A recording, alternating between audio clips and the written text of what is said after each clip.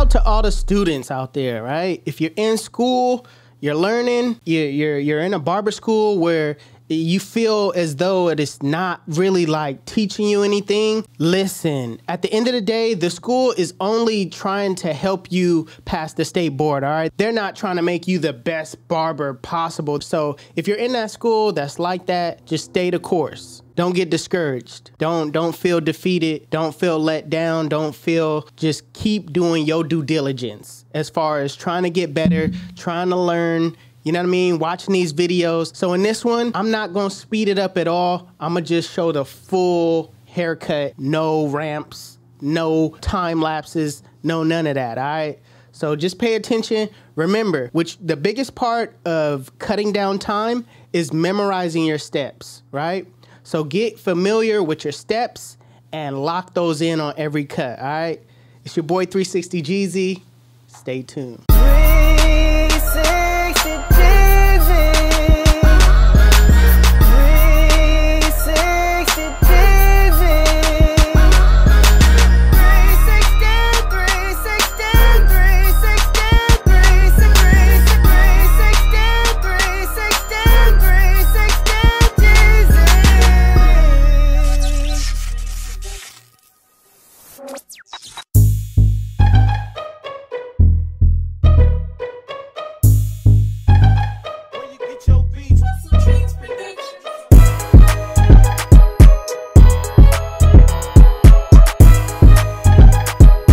You guys, so before you actually start cutting, what you want to do is comb the hair out first. What this does is it lifts the hair off of the scalp, making it easier for the hair to feed into the teeth of the blade. Now when you're cutting a waver, you always want to ask him how he brushes if you don't know, right? How he brushes his hair. Because we actually care the direction that you're going in while combing it out or brushing it down, because you don't want to mess up our wave pattern. So make sure you go with the grain of the pattern, because that's going to tell him you know what you're doing as far as cutting it down. Because if you're combing in a weird direction, he's gonna think that you're gonna cut in that same direction. It's gonna really mess his waves up if you do that. So just make sure that you and your client is on the same page. So my client wanted a 2 on top, so I put on the 2 guard with the lever fully closed, and I'm going with the grain of his pattern. The same exact way that I combed is the same direction that I'm going in when I cut his hair down. Now the clipper that I'm using to cut the hair down is called the Cordless Masters. I just feel like this clipper right here is good for taking down bulk. If you want to know where you could pick this clipper up, it's in the link in the description. But yeah, I love to use these clippers for debulking.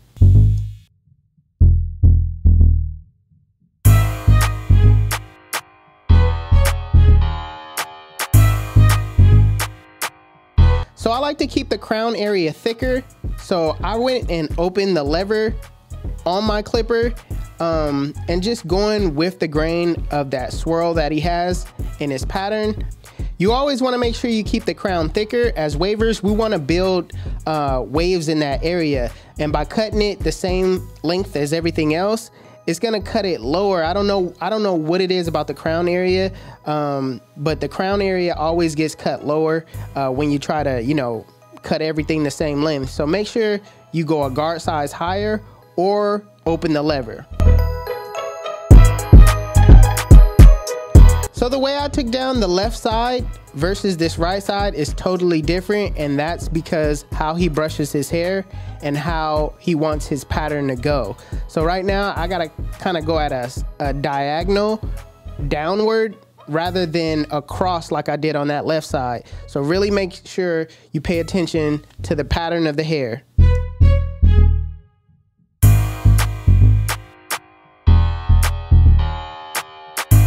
Now that you have everything taken down to the proper length, you want to start on the taper.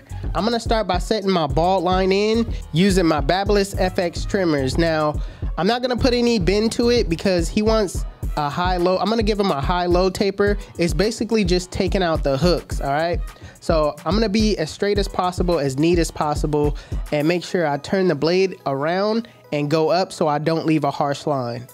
Next guideline, I'm gonna go back with my masters, and with the lever open, I'm going up about a 1/2 inch, making sure I go over that guideline multiple times to ensure that it's at that length.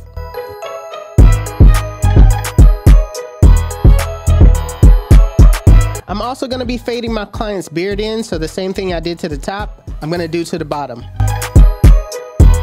Next guideline I'm gonna set in is with my 1 guard with the lever fully open and doing the same exact thing, going up about 1 inch, making sure that I brush everything down, because you wanna make sure everything is laid back down so those hairs can catch and everything can be neat. So I'm not gonna worry about that bulk on the top, I'm just gonna worry about blending down, because you'll realize later that you'll actually need that bulk up at the top.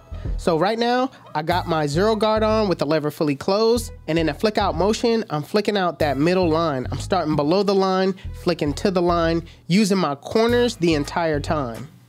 The reason why you will want to use the corners is because you want to take baby steps. You don't want to have to worry about both sides, both ends of that blade.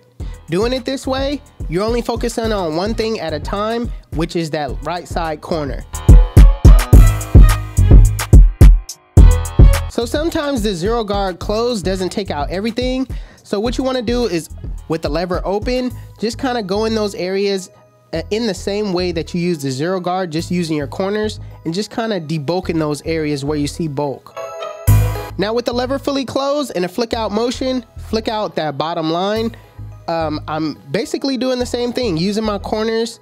I'm not really, using that full blade because I want to work in baby steps, and I'm gonna adjust the lever as I go upward. Right now, you can see that the bulk on the top is not that extreme, you know what I mean, as you thought before. Now all that's left to do is detail your work. Detailing is extremely important. What I like to do is I like to refer to the mirror. The mirror shows you a different perspective on the blend than just seeing it head on, all right? It shows you all the details, the bulk areas, those little details that you can knock out, all right, using the corners of the blade. I will be taking down some of this bulk on top, using my 1 guard, going with the grain. You don't want to take the 2 guard and go against the grain, because that's going to take off too much. It's better to just put on the 1 guard with the lever open and go with.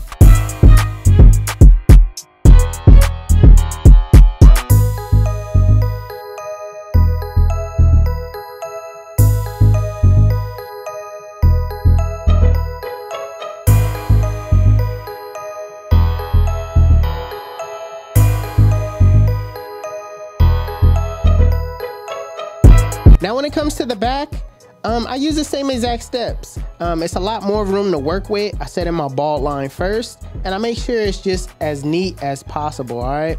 As straight as possible.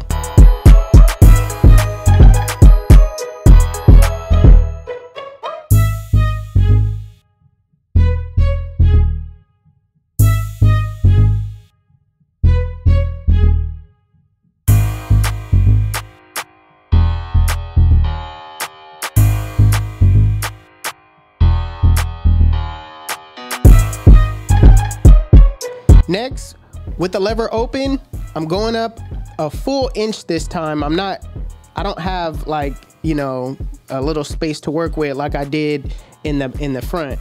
So right now I'm going up a full inch, and I'm just going over the guidelines multiple times. That way it's at that lever open length. So I'm gonna do the same thing by putting on the 1 guard and going up about a full inch, making sure I brush as I go.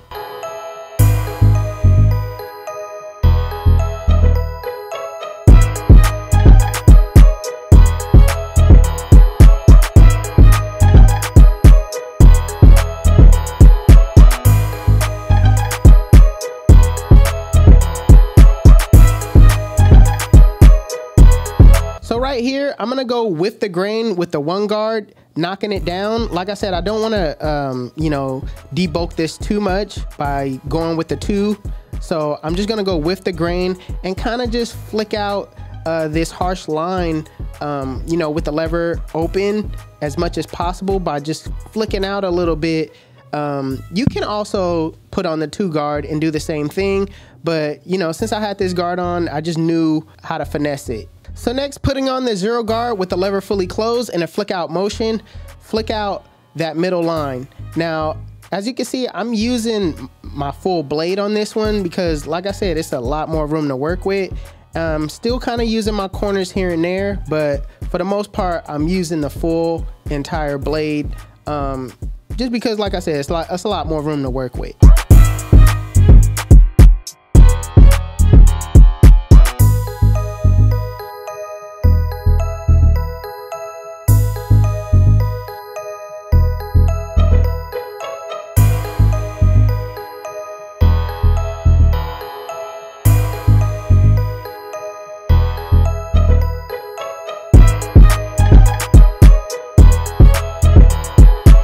Next, with the lever fully closed and a flick out motion, flick out that bottom line. Adjust your lever as you go up. Just don't rely on it being fully closed and rely on the wrist flick out motion. You know what I mean? Sometimes you're gonna have to go a little higher and you're gonna have to adjust your lever.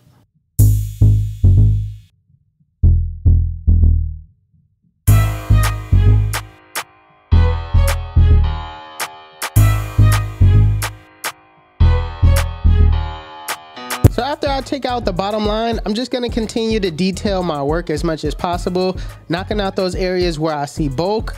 By detailing, it separates you from being just the average barbers. A lot of barbers would just call it quits after they take out the guidelines, but if you go a step further, the client and other people will notice.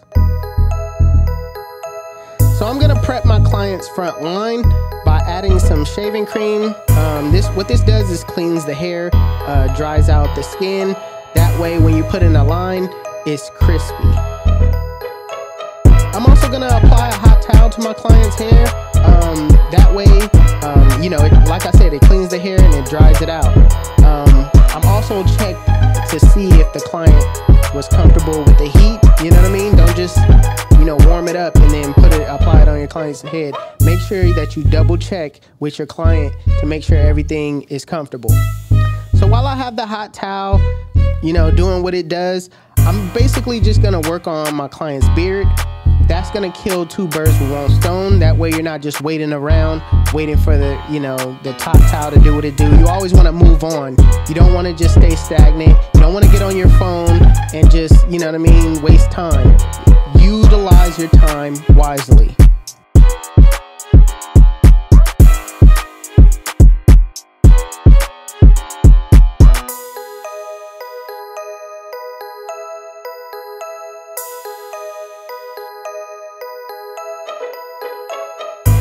Now I'm gonna take off the hot towel and make sure that all the residue from the shaving cream is off.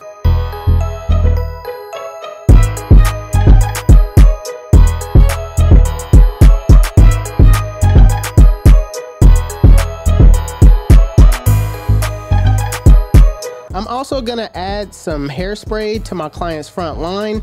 That way it locks everything in and, you know, the hair stays stiff when you go to line it up.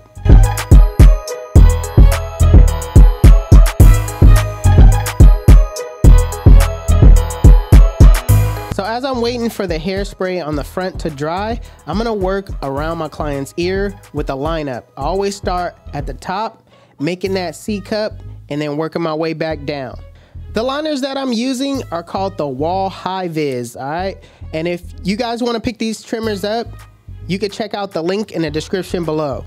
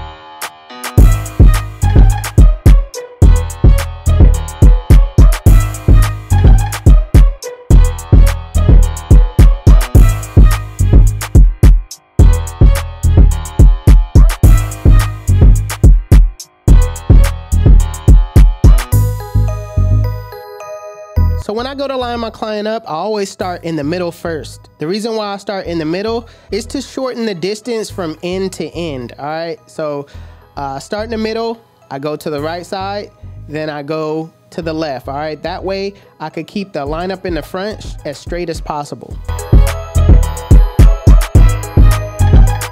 So whoever cut my client, you know, before I did, they pushed him back a lot. So I'm not gonna go back to where, you know, the previous barber pushed him back at. I'm just gonna lightly, you know, stay in front of that and do my best to try to bring down that area where I see bulk.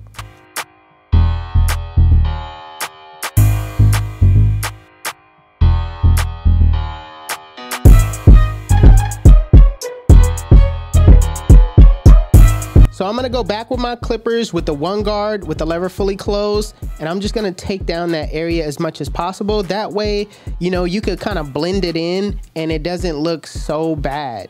You wanna be able to blend it in as much as possible so everything kind of looks seamless.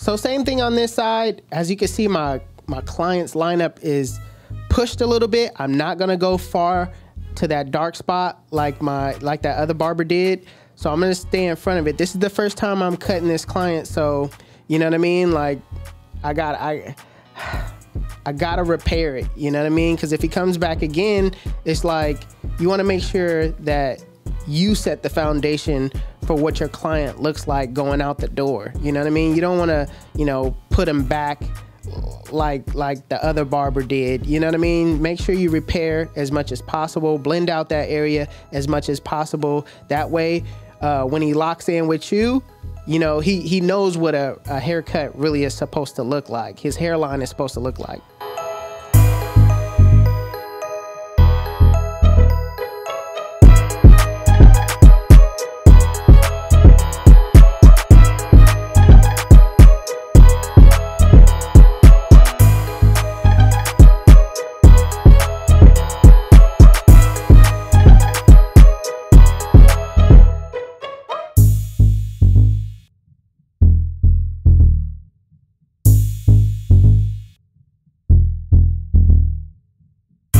So I am gonna use enhancements on my client. My client wanted it, but as students, I'm talking to the students right now. Listen, I would recommend you guys stay away from enhancements right now while you're in school and just try to master the art of just a natural cut as much as possible, all right? Because nothing looks worse than you throwing on enhancements and you haven't mastered the blend yet. You haven't mastered the lineup yet. Throwing enhancements on a messed up haircut doesn't make the cut look any better, all right? So make sure you master the haircut naturally before you start using enhancements.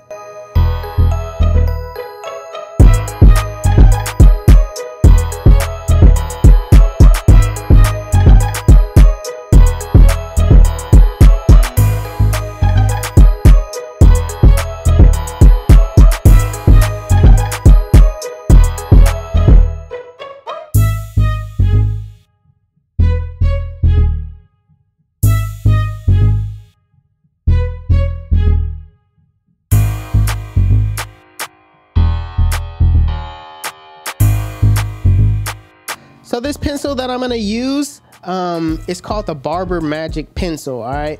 What this does, it just makes the lineup pop, all right? I'm gonna razor it in. That way, it most people would say after seeing this that I push my client back because they're judging the light area, you know what I mean, which really is a pencil.